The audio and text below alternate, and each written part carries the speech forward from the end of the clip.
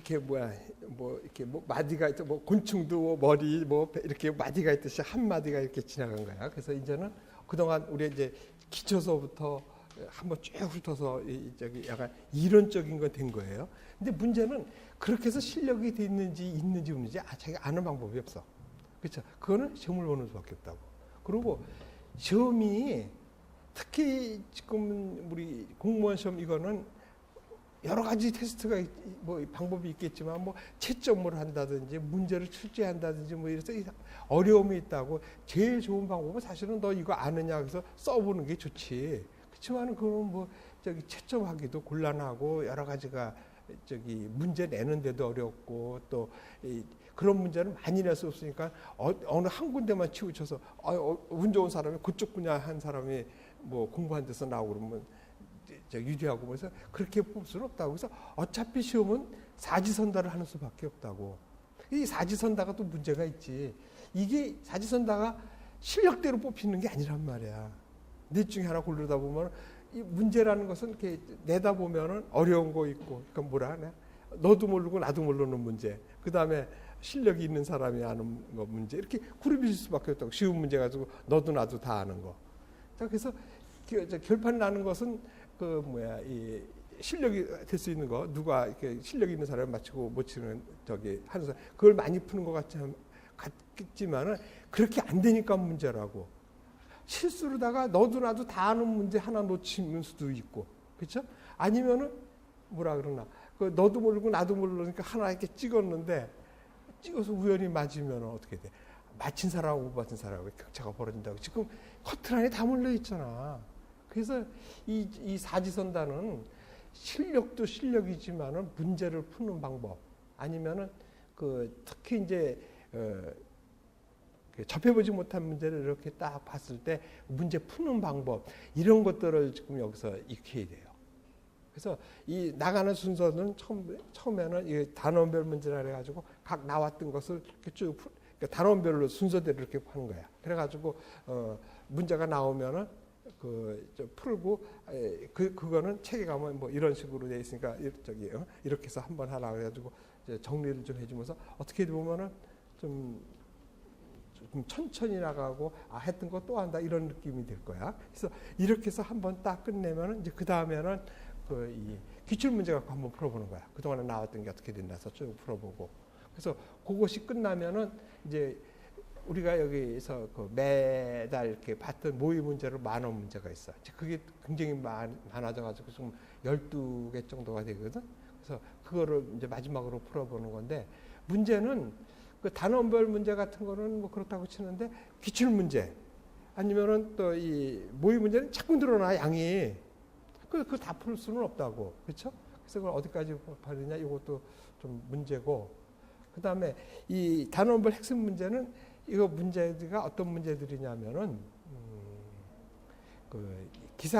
기사하고 그 전에는 기상청이 5급 시험을 볼 때 시험을 봤었어.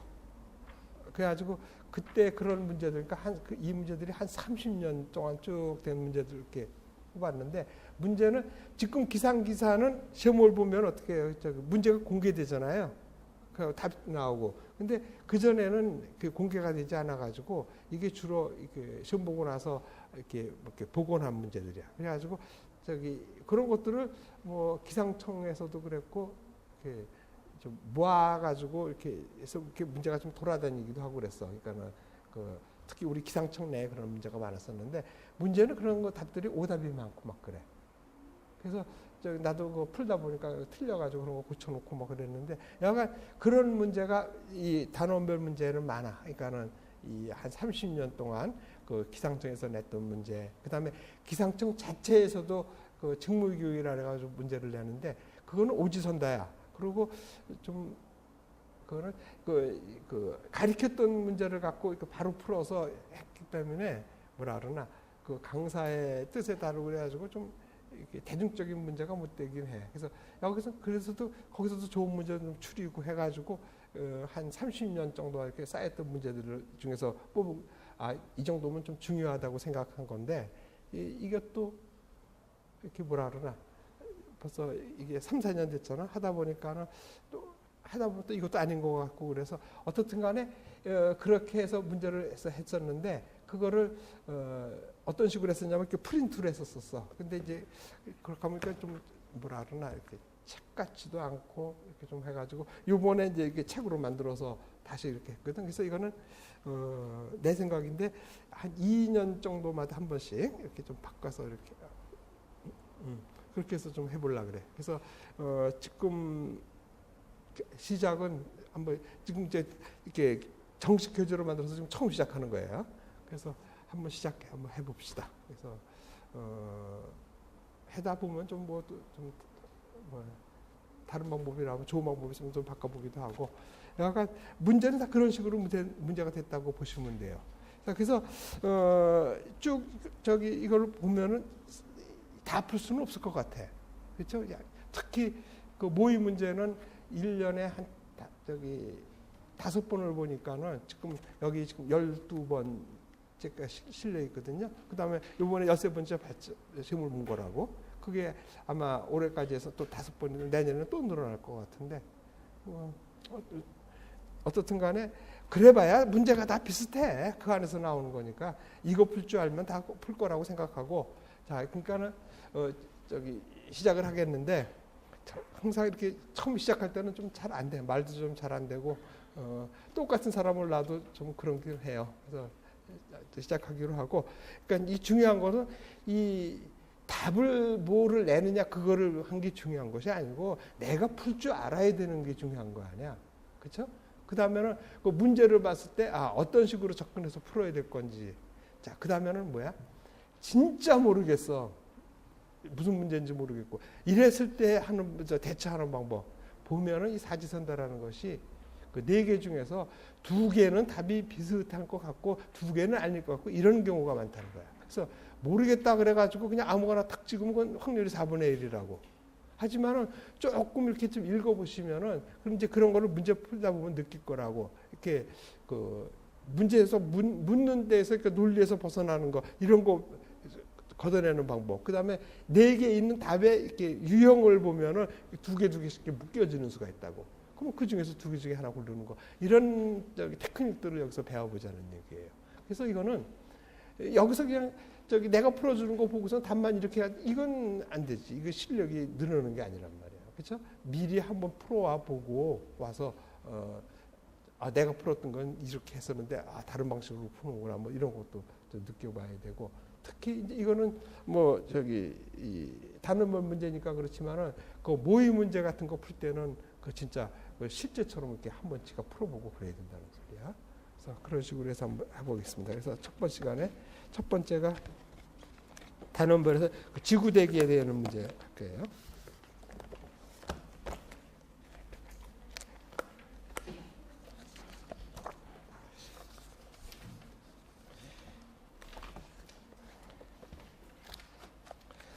지구대기에서 그 1번 문제 한번 이렇게 보시면은 요런 식의 문제가 굉장히 많이 나왔던 거야. 이거는 뭐냐면 어떤 문제를 물어보는 거냐면 그 지구대기가 어떻다 그래서 이렇게 있으면은 있다고 여기서 그러니까 5분의 4는 5분의 4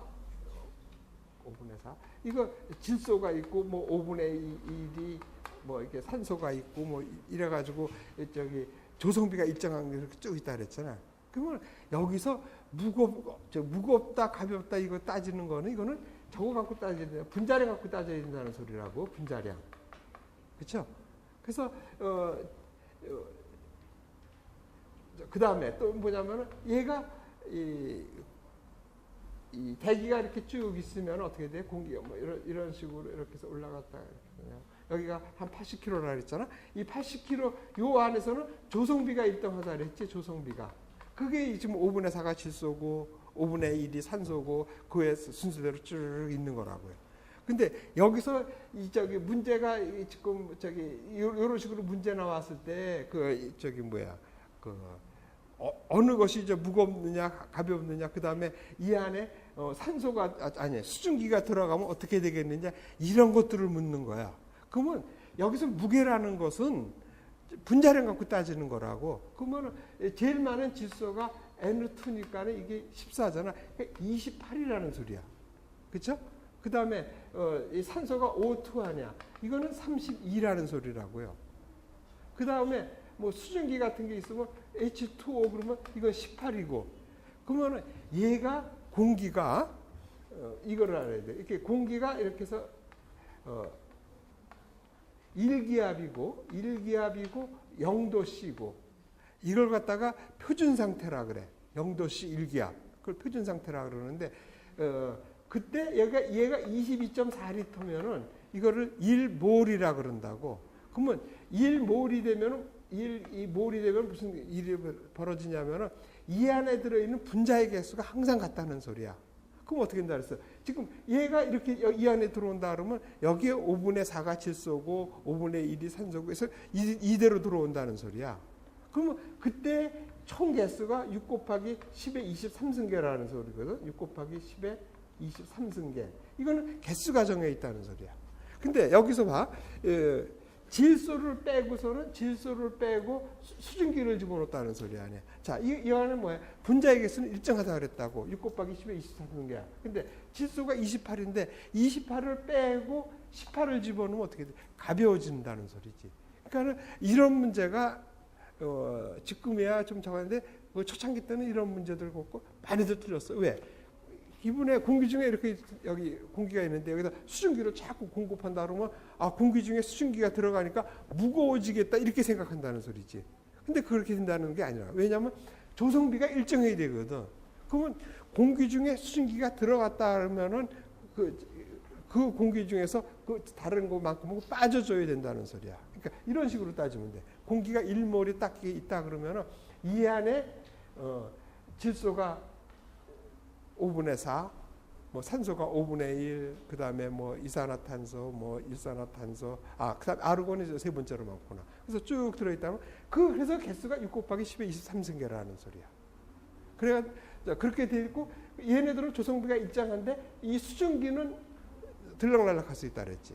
그래서 얘가 최대로 들어갈 수 있는 것을 갖다가 무게로 보면 그게 포화 혼합비가 되고, 압력으로 보면 그게 수증기압이 돼. 포화 수증기압이 되는 거야. 그렇지? 그래서 이것도 마찬가지라고. 여기서 질소가 5분의 4, 산소가 5분의 1 이렇게 있을 때 이 5분의 4가 차지하고 있는 얘가 무게로 따져서 얘가 혼합비라면 각 공기의 혼합비가 다 합쳐가지고 전체 무게가 나오는 거야. 무게는 어떻게 되겠어? 얘가 28 곱하기 뭐 5분의 4 곱하기 5분의 1 해가지고 전체 다 돼가지고 5로 나눠주면 되잖아. 그래서 대충 얘의 무게가 얼마? 1몰의 무게가 공기의 무게가 뭐 29점 뭐 이런데 그거 따질 것도 그냥 한 30g쯤 된다는 소리야.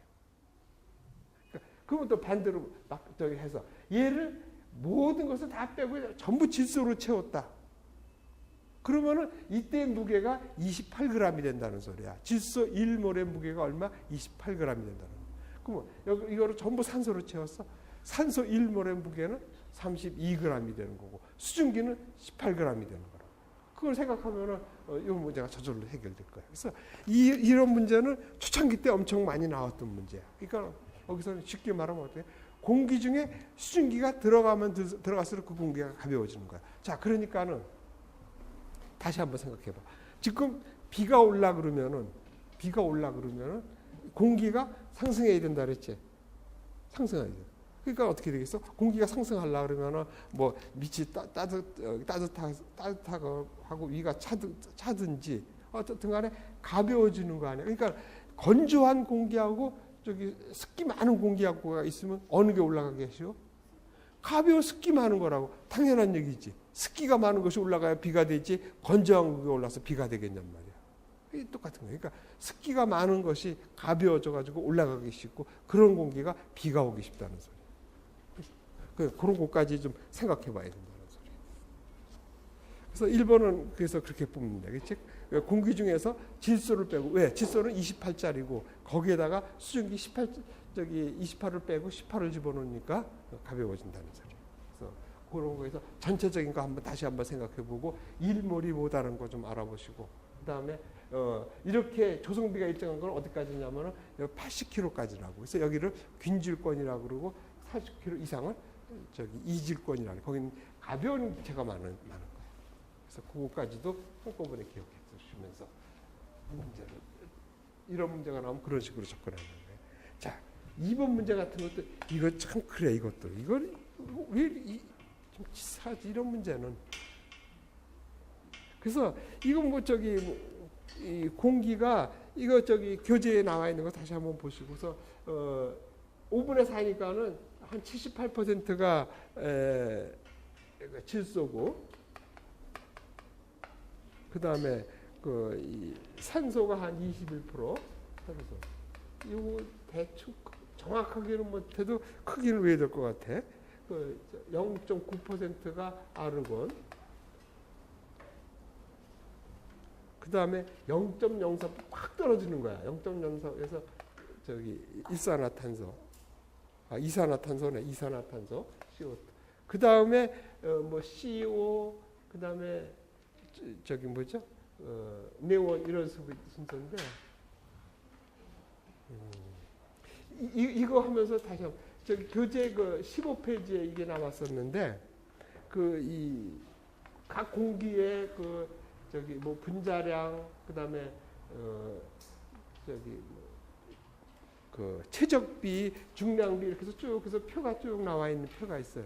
근데 나도 이거 아무 생각 없이 기상청에서 이렇게 안에서 있는 기상청 안에 뭐 우리 기상청에서 쓰던 그 표가 있거든요. 그 표 그대로 여기 올려놓은 거예요, 그게. 근데 누가 저 질문에서 보니까 좀 이상하다 보니까 틀렸더라고. 그래서 다 찾아봤더니 지금 저기 옛날부터 벌써 이게 틀린 표가 그냥 그대로 그냥 복사해서 나온 거야.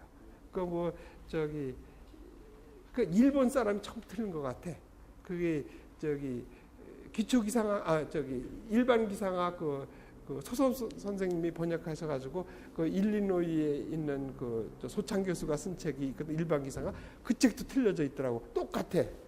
그리고 그게 뭐 여러 가지 책에 옛날부터 있었던, 그러니까 한 30년 전부터 있었던 책도 다 틀리게 나왔더라고. 그래서 최신 거를 보니까는 저기 인터넷 들어가가지고 외국에 있는 거 봤더니 틀린 게 맞더라고. 그래서 보면은 책 고쳐야 되겠더라고. 저기 다른 거는 맞았는데 일산화탄소의 최적비하고 이 중량비가 여기 그 수가 틀려서 1 곱하기 10의 마이너스 2승이 맞아. 1 곱하기 10의 마이너스 2승이고, 그 다음에 다섯 번째인가 여섯 번째인가 크립톤이 이게 또 틀렸더라고. 3.30 곱하기 10의 마이너스 5승이 맞아. 10의 마이너스 5승. 근데 이건 뭐 중요하지 않겠지. 근데 약간 책이 어떻게 그냥 틀린 채 30년씩 그냥 가는지 모르겠어. 그냥 그대로 복사해서 집어넣고 막 이런 것 같아. 그래서 쭉 읽어보면 위에서 이렇게 보면은 맞지가 않아. 위가 양이 많고 밑으로 가서 적어져야 되는데 안 맞은 이유가 바로 이게 아마 다르게 써 있었어. 그래서 그런 식으로 된 거. 그래서 이 순서가 최소한 어느 정도쯤 된다 그래가지고 이 순서는 외워줘야 될 것 같아. 질소, 산소, 아르곤, 이산화탄소, 일산화탄소, 네온, 여기까지는 외워줘야 될 것 같아. 그러면은 2번은 0.03이 되겠고, 그 다음에 건조 공기의 성분 중 질량 백분율이 큰 순서대로, 그러면 질소, 산소, 아르곤, 이산화탄소 이 순서대로 된다는 거야. 최소한 하나, 둘, 셋, 넷, 5개까지는, 6개까지는 좀 알아두는 게 좋겠어, 순서대로. 그래서 이산화탄소, 일산화탄소, 네온, 이렇게 된 거. 그래서 이것도 똑같은 문제가 아니지만 좀 비슷하게 아주 최근에서도 이런 거 갖고 나온 적이 있단 말이야. 그래서 이런 것들은 한 번만 봐두면 되는데, 못 쓰면 참 억울하지, 그치? 그냥 뭐 어려운 거 이해하는 것도 아니고 단순히 이렇게 봐서 암기했느냐 안 했느냐 이 차이를 보는 거니까 이런 거 놓치면 아깝지. 그런 일이 없도록. 그러니까 최소한 여기 내용까지 정도는 알아두고, 이거는 여기까지는 대충 알잖아, 그렇지? 5분의 4니까 뭐 80, 5분의 1 여기까지는 됐단 말이야. 그다음에 0.9 확 줄어든다. 그러니까 여기가 아르곤이 한 1% 저기 뭐야 1% 가까이 되고 이거는 0.03%푹 떨어진다는 거. 그러니까 공기는 사실은 질소하고 산소만 일단 대부분이 있는 거예요. 자, 그 다음에 기압의 4번 문제 보면은 잠식 저기 가장 높은 기압 이렇게 돼 있죠. 자, 그럼 기압하면 다시 한번 생각해 보세요. 기압은 어떻게 잰 거야? 수분 갖고 이렇게 됐잖아요. 그래서 이렇게 해서 이게 여기서부터 이게 1m인데 여기가 1m 100cm인데 가득 채워서 거꾸로 놨더니 이렇게 해서 돼가지고 이 높이가 76cm가 됐다는 소리 아니야. 그래서 76cm HG가 저기 1기압이라는 소리야. 76cm HG. 그래서 그러면 이게 1기압이고 1기압은 1013 헥토파스칼이고 그렇죠? 이거를 1기압이다 이렇게 했단 말이야. 1기압. 이거 갖고 하면 되지. 그 다음에 얘의 그럼 단위 같은 건 어떻게 됐어? 이거는 이제 기압이라는 것은 단위 면적을 누르는 힘이라고. 그래서 단위 면적을 여기서는 미터로 보면 되겠지. 미터에. 거기에 얼마야? 1m 여기 거기에 얼마고? 1뉴턴의 힘이 놓치면 그걸 갖다가 파스칼이라고 그러는 거예요. 파스칼. 그러니까는 옛날에는 뭐 미리반이 뭐 이런 거 썼었는데 바를 썼었는데 요즘 추세가 그런 것을 처음 뭐 저기 한 사람 이런 사람들 이름을 기리기 위해서 그런 단위들은 처음 생각했던 사람, 처음 발견한 사람 이런 사람의 이름을 써주는 것이 추세야. 그래가지고 옛날에 미리바를 썼던 것을 파스칼로 바꾼 거야. 근데 파스칼이 너무 작아가지고 100배 해줘서 헥토파스칼이 된 거야. 그래서 100 파스칼은 1 헥토파스칼이라는 것도 이렇게 알아줘야 되고. 자, 그러면 자 기압하면 뭐를 생각해야 돼? 토리첼리 생각을 해가지고 저기 수은주 1m 중에서 76cm가 1기압이다. 그래서 1기압은 1013 헥토파스칼이고 그 다음에 단위는 어떻게 되겠느냐? 그거는 저기 이 단위 면적을 누르는 힘이 기압이니까는 1m 할 때 1뉴턴의 힘을 누르면은 그걸 갖다가 1파스칼이라 그런단 말이에요. 근데 1파스칼이 너무 작아.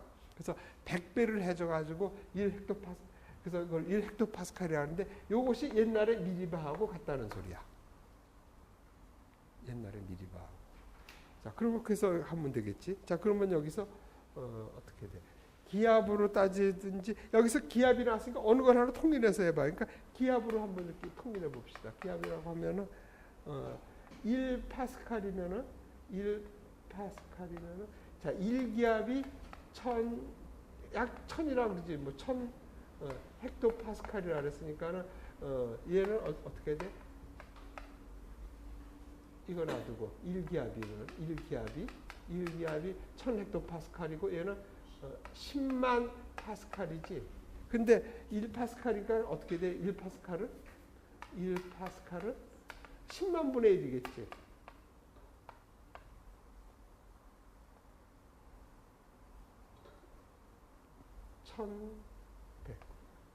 단시 100, 1000만 10만 분의 1기압이지. 그렇죠? 1파스칼은. 그렇게 하면 되고. 그러면 1미리바는 얘가 1헥토파스칼하고 같다 그랬잖아. 그러니까 1헥토파스칼은 1000이니까는 1000분의 1 헥토파스칼, 1000분의 1 기압이겠네.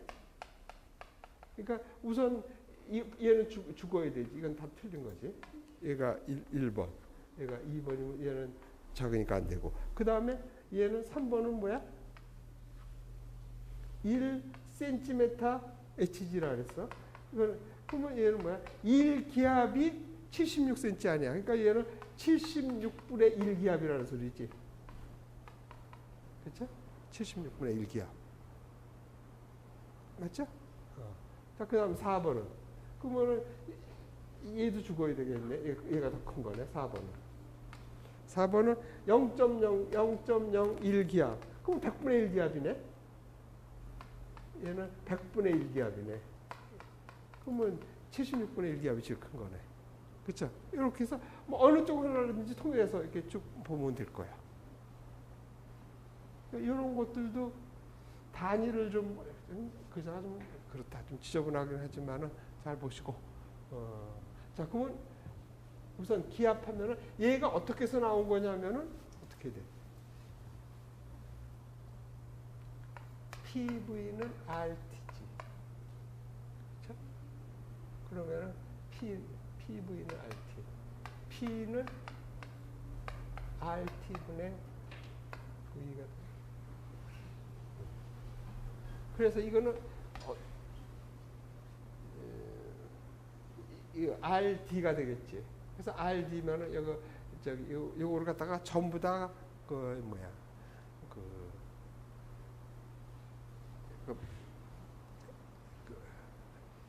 CGS 말고 MKS 단위로 바꿔주면 요거 대충 한 300 정도 집어넣고 T는 273 집어넣고 여기가 22.4리터면은 그거 바꿔놓고 이렇게 해서 해보면 이게 1013이 나왔다는 소리야. 이렇게 해서 1013이 나온 거거든. 그래서 기압을 그래서 1기압이 1013이 나오는 거는 이렇게 해서 나온 것이고, 그 다음에 기압의 단위는 자, 이렇게 해서 수분통에다 이렇게 놓고 이렇게 놨을 때 얘가 이렇게 놨을 때 여기다가 얘도 그럼 어떻게 돼요? 얘가 누르는 심하고 얘가 내려오는 심하고 같은 거 아니야? 그래가지고 여기다가도 이거 20씩 또 집어넣으면 돼. 그래가지고 수은의 비중이 13.6이지. 그거 집어넣고 얘 무게를 구하라는 소리야. 그래가지고 얘하고 같아서 이렇게 된 거니까 그런 식으로 구하면은 얘가 1013이 그래서 나온 거야. 이 76. 그러니까 요거하고 같이 연결해서 된 거야. 요거 식을 한번 쭉 풀어준 거 있지?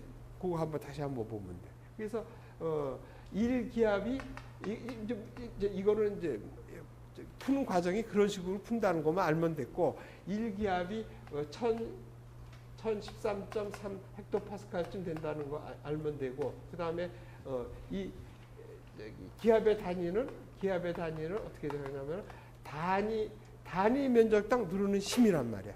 그래서 여기가 어떻게 돼? 미터 자승이 되고 여기가 뉴턴이라고 하면 돼. 그래서 사방 1m를 갖다가 1뉴턴의 힘을 누르고 있으면 이 기압은 1파스칼이라 그러는 거야. 그래서 1파스칼이 이렇게 나온다는 소리야.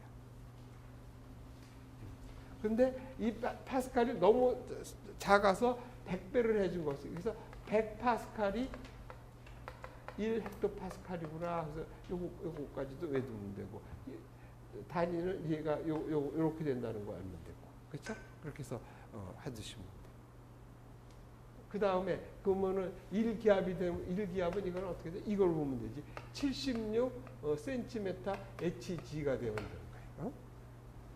그리고 수은의 무게는 13.6 물의 13.6배라고 치면 돼. 그래서 76cm에다가 얘다 13.6 곱하면 얘가 10m가 되는 거야. 그러니까는 대기압 1기압이 누르는 것은 물기둥 10m가 누르는 거하고 똑같은 거야. 그래서 어떻게 돼?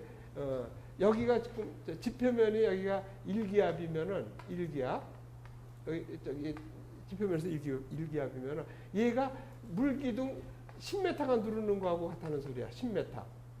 그러면 여기서 10m 들어가면 어떻게 돼? 2기압이 되는 거야. 20m 들어가면 3기압이 되는 거라고. 물속에 누르는 거하고 똑같은 거야. 그래서 얘는 공기 기둥으로 이렇게 치면 어떻게 돼? 얘는 또 1000배, 물보다 1000배 정도 차이가 나잖아. 그러니까 이게 10kg까지 올라가야 된다는 소리. 대충. 대충 이런 관계가 있구나 하는 것 좀 이렇게 좀 해주시면은, 왜 이런 거 나오냐면 기출 문제에 좀 이런 것들을 좀 생각해야 되는 문제들이 나온 적들이 한 번 있었단 말이야. 그래서 이런 관계가 좀 그렇게 되는구나. 그러니까 공기 기둥, 그러니까 1기압의 뜻이 뭐냐면은 사방 1m를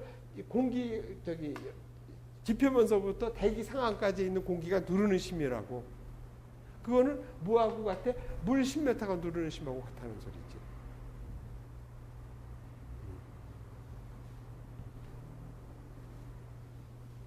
그러면 요것도 한 번 더 생각해봐.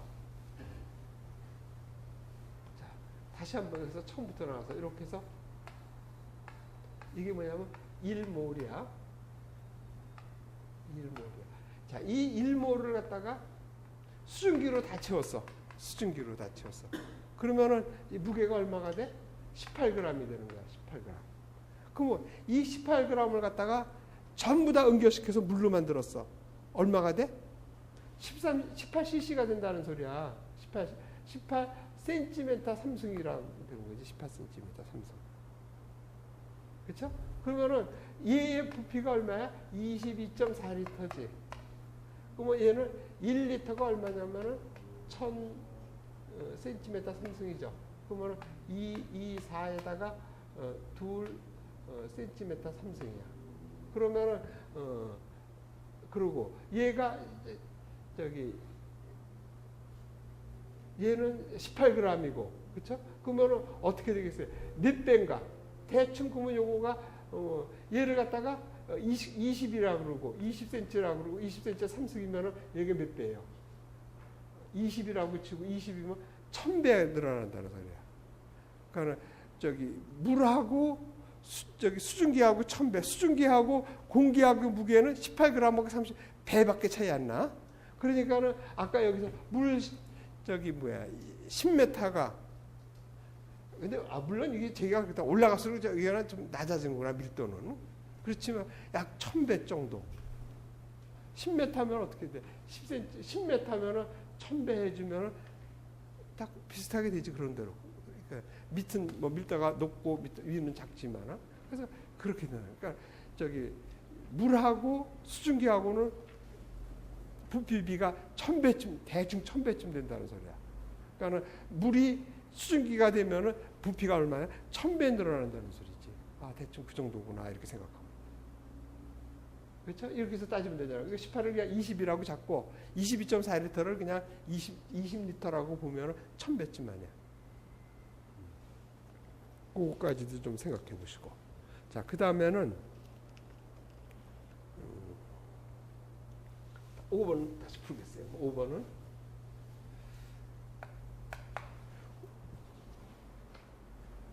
지구 대기의 조성하고 구조에 관계없는 거.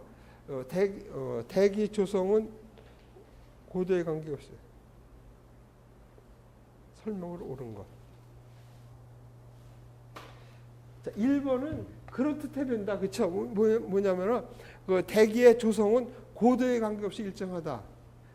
답이 그렇듯하게 보이지만 함정이 있지. 이걸 어디까지야? 80km까지만이지. 왜? 그래, 여기가 균질권이가 균질권에서만 조성비가 일정한 거지. 80km가 넘으면은 가벼운 게 많다 그랬잖아. 그래서 지구 대기가 80km만 있는 게 아니잖아. 그래서 1번은 그래서 틀린 거야. 그렇죠? 그래서 대기의 조성은 고도에 관계없이 일정하다는 어디까지? 80km까지만 그렇다는 소리야. 균질권까지만. 그래서 그거 1번이 그렇듯해 보이지만 아니라는 소리야. 그다음에 2번은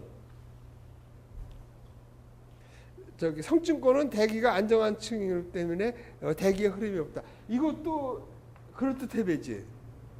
여기서 성층권이 안정하다는 것은 이 밑이 차고 위가 따뜻해서 안정해서 대류가 없다는 소리지, 옆으로는 가는 거지. 성층권에 뭐가 있어? 이 근처에 제트가 있잖아. 여기가 공기가 빠르게 움직이고 있는 데라고. 여기가 성층권이라 봐야 적도 쪽에 대야 한 16km지만은 중위도 지방에는 한 10km고 북극 쪽으로 가면 7, 8km밖에 안 되거든. 거기에는 제트가 흐를 수가 있다는 소리야. 바로 밑이 제트가 흐른다고. 그러니까 이거 말이 안 되지. 그러니까 이것은 성층권은 안정하다는 것은 위아래로 안 움직인다는 소리지. 위아래로. 대류가 없다는 소리야. 대류가 없다는 소리지. 옆으로는 얼마든지 없어. 제트같이 빨리 가는 거야. 그러니까 2번은 그래서 틀린 거야. 3번은 대류권, 성층권, 중간권, 열권, 이거는 온도에 따라서 한다 그랬잖아. 그래서 이렇게 해서 어떻게 해서 대류권은 히소스가 어디 있어? 바로 지표야. 그러니까는 지표가 제일 뜨거운 거야. 우리가 난로가 있으면은 난로 제일 가까이 가면 뜨겁고 난로에서 멀어지고 멀어질수록 차지는 거하고 똑같아서 낮아지는 거지. 어디까지? 약 한 10kg까지 이렇게 낮아지는 거야. 10kg. 그 다음에는 여기 25kg 중에 여기가 지금 저게 많은 거지. 오존이 많아가지고 여기가 25kg가 오존층이 되는 거야. 오존층. 근데 온도는 얼마야? 50kg대가 제일 높지. 이렇게 해서 이렇게 된다는 소리지. 온도 갖고 구별하는 거야. 왜냐면 히소스가 여기 오존은 여기가 많지만 자외선은 위서부터 내려오니까는 여기가 제일 뜨거운 거야. 여기서는 오존이 많으면 뭐래? 자외선이 없는 거야. 그래서 안 타고 있어서 여기다. 그래서 위가 제일 뜨거운 거야. 어디까지? 여기가 50kg야. 그 다음에 여기가 뜨거우니까는 올라갈수록 차지는 거지. 그 다음에 그래서 이렇게 되고 여기가 한 80kg쯤 되는 거야. 그래서 여기가 여기까지가 여기 빈질권이 되는 거야. 빈질권. 그 다음에 여기서 된 건 이 위에가 히소스가 있다는 거야. 광전리해가지고 거기서 열이 나는 거거든. 그래서 쫙 그래서 이렇게 돼서 여기 히소스가 여기 있고 여기 있어서 이런 모양이 나올 수밖에 없다는 소리야. 그래서 이렇게 구분하는 것은 대기로 구분하는 것은 여러 가지 방법이 있지만 우리 기상에서는 온도 갖고 하는 이게 제일 쓸모가 있다는 소리지. 그래서 이거 쓰는 거야. 그래서 다른도 뭐 전파하는 사람은 이렇게 안 하고 뭐 전파가 뭐 반사되고 뭐 낮에 생기고 안 생기고 이런 것까지 해서 전리층으로 구별하는 방법도 있잖아. 그거는 자기네가 필요한 대로 하는 거야. 우리 기상에서는 온도로 이렇게 대기를 분리하는 게 제일 편해서 이걸 쓴다는 거야. 그래서 3번이 맞고 또 4번은 뭐야? 3번 이건 맞는 거고 4번은 기온은 지표층이 가장 높고 고도가 높을수록 계속 강한다. 그거는 요 대리권에서 문제지. 그렇죠? 여기서부터는 저기 위로 올라가는 거야. 올라갈수록 높아지잖아. 그렇죠? 그래서 이렇게 되는 것을 이거를 안정이 되는 거고 이쪽도 이렇게 안정이 되는 거고 여기 중간권하고 여기는 대류가 가능한 거야. 그렇죠? 여기서부터는 수증기가 희박해. 거의 없다는 소리야. 여긴 거의 없어. 그래서 기상현상이 여기서 생길 수가 없다는 거예요. 그렇죠? 그래서 이렇게 보시면 됐고. 자, 그 다음에는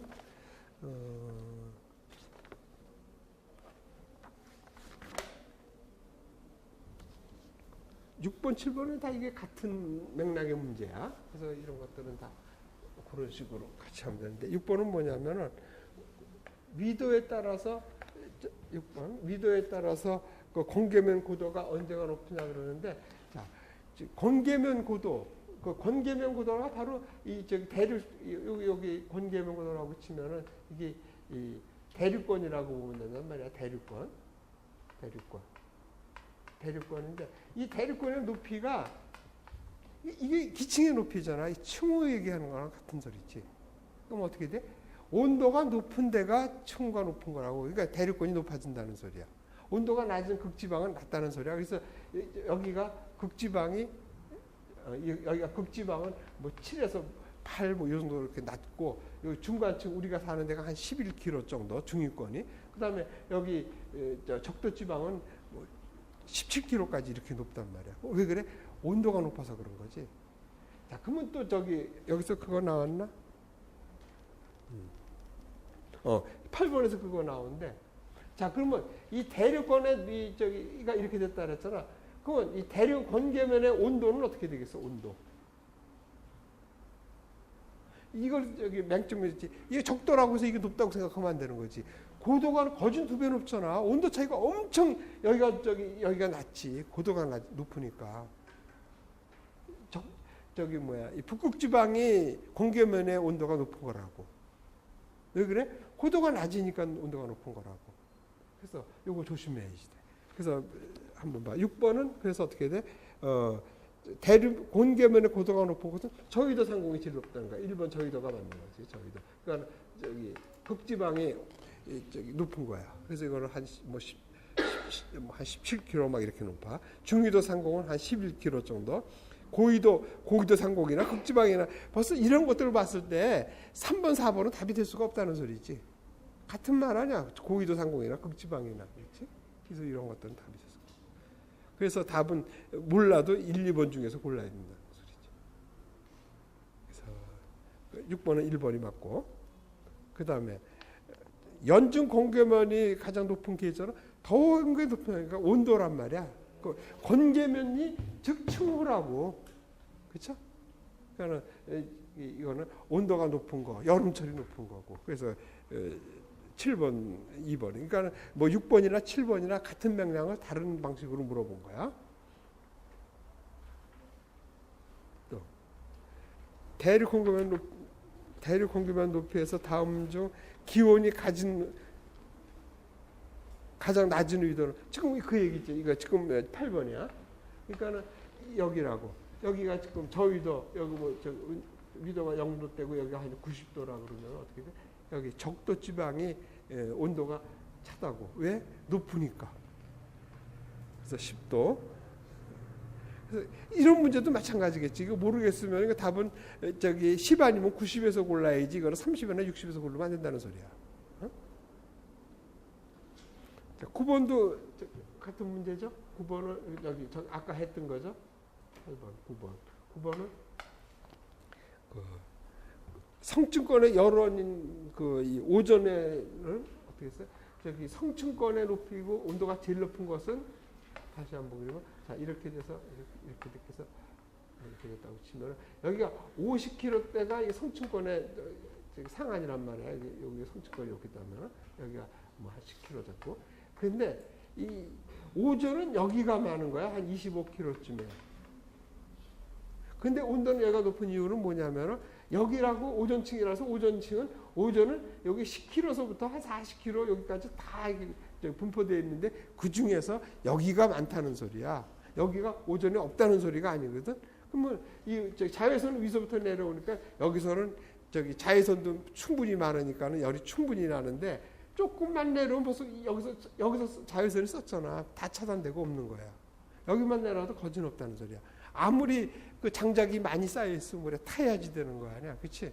여기는 장작이 지고도 다 타고 있는 거고, 여기는 장작이 지금 아무리 많이 쌓여 있어도 타야지 열이 나는 거지. 그리고 밑에 층은 장작이 없고 타지도 않는 거고, 그렇게 생각하시면 돼. 그래서 오존층은 25km에 많고 열은 50km가 높은 거야. 그거 다시 한번. 그래서 25km를 오존층이라고 그러지. 그래서 여기서 자외선을 이 오존층이 다 막아주니까는 여기 지표에 자외선이 안 내려오는 거야. 이 자외선은 강하면은 생물이 못 살아. 불임되는 거야. 그리고 당장 조금만 쓰여도 피부에 영향을 주잖아. 조금만 쓰여도 타고 계속 타면은 피부암 걸리고 그 다음에 시각에도 대해서 백내장 같은 게 생기고 그러는 거야. 이거를 오존층이 다 막아주고 있는 건데 문제는 이 오존층에 뭐 프리온가스든지 뭐 이런 것들이 이게 들어가면은 그런 것들이 또 온실기체가 되기도 해. 이런 놈들이 여기 들어가 가지고는 지들이 먼저 여기서 작용해 버리는 거야. 그래가지고 이 오존층이 자꾸 없어져, 약해져.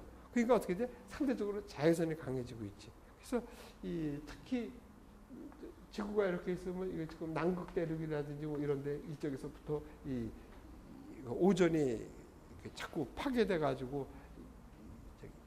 농도가 얕아지는 거야. 그래서 이걸 오존 홀이라고 그러거든. 이게 자꾸 커지고 있다고 그러는 거야. 이게.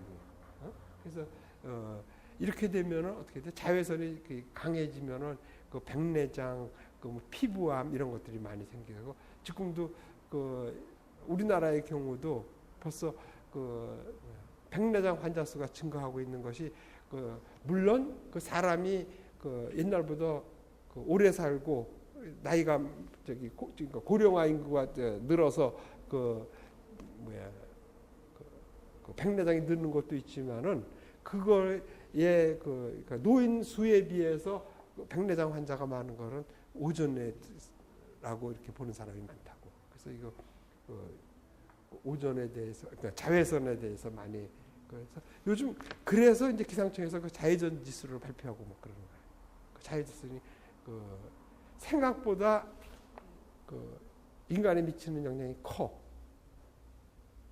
그걸 뭐로 보면 알 수 있냐면은 그 서울 할머니하고 시골 할머니하고 비교해 보면 시골 할머니가 힘도 세고 다 건강하고 다 하시지만 피부만큼은 어떻게 돼?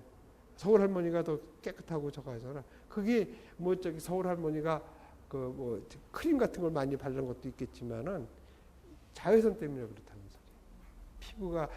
피부가 저기 뭐 탔다고 그래서 저거 한 게 아니지. 노화가 된 건 또 다른 얘기 아니야. 그렇지? 그러니까 시골 할머니 피부가 더 노화가 된 거고, 그 다음에 그 어부 이런 사람들의 그 피부 암들이 많은 것들은 전부 이게 자외선. 그래서 이 자외선이 이 오존층이 다 차단해 주는 건데, 이 오존층이 자꾸 파괴돼서 그 자외선이 늘어나는 게 문제가 된다는 거예요. 그 다음에 이 자외선은 파장이 짧아가지고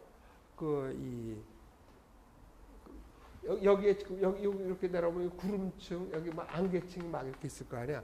그 사람들이 위에서 이렇게 보면은 저기 햇볕이 태양 복사가 쭉 내려오면 내가 여기 밑에 있으면은 구름이 있고 막 그러면은 태양 복사가 주니까는 이거 뭐 자외선 걱정 안 해도 되겠다 이렇게 생각하지만은 그거는 여기서 걸러진 거는 저기 가시광선이 걸러진 거지 자외선은 그냥 뚫고 내려왔다는 소리야. 그래서 이 저기 흐린 날 저기 자외선에 대해서 우리가 무방비 상태라고. 그러니까 흐리니까 괜찮겠다 아니라고. 그러니까는 그건 뭐 갖고 따지냐면 저기 태양 고도 갖고 따져야 돼. 그러니까는 그 태양 고도가 우리가 지금 7월달 이럴 때가 높잖아. 그때는 흐려도 자외선 크림을 발라줘야 된다는 소리가 그래서 나와. 그리고 오히려 더 어떻게 보면은 저기 지역적으로 얘가 구름이 이렇게 있고 여기 없다고 치면은 자외선이 이렇게 내려오다 이렇게 반사가 돼서 오잖아.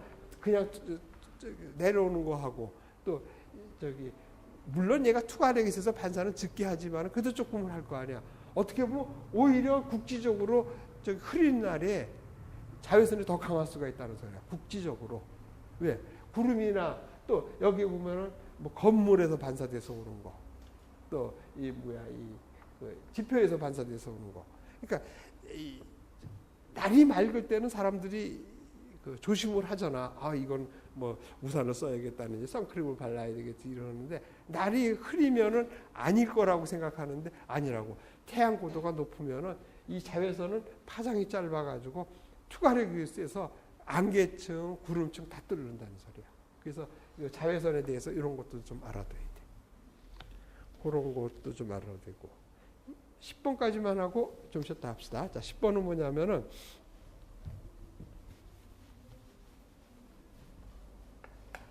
10번은 틀린 것을 찾으래. 그러면은 이런 수치는 좀 왜 두는 게 좋겠다 그랬지. 그러니까 태양 표면 온도는 6000도 K 맞지? 근데 뭐 6000도 C라고 하는데 이거 6000에서는 270 이 정도까지는 뭐 저기 차이가 없다는 소리야. 그러니까 6000도 K로 해도 되고 도시로 해도 되고 차이가 없으니까 이거는 맞다고 치는 거야. 1번은. 그 다음에 태양 상수는 어떻게 돼? 약 2칼로리, 뭐 1.9칼로리쯤 되지. 칼로리 어떻게 돼? 센티미터 자승의 분이지. 그러면 얘를 갖다가 1칼로리는 4.2지. 그러니까 저기 4.2잖아. 4.2 줄이지. 그러니까 여기다 일단 4.2를 곱해봐. 그 값이 나와가지고 대충 했을 때 이거 저기 한 1000 몇 번 나오게끔 하면 돼.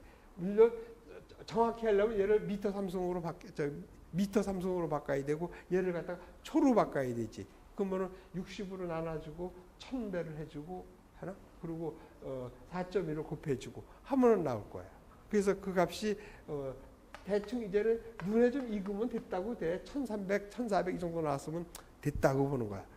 1370 와트 퍼 미터 자승 초가 되는 거야.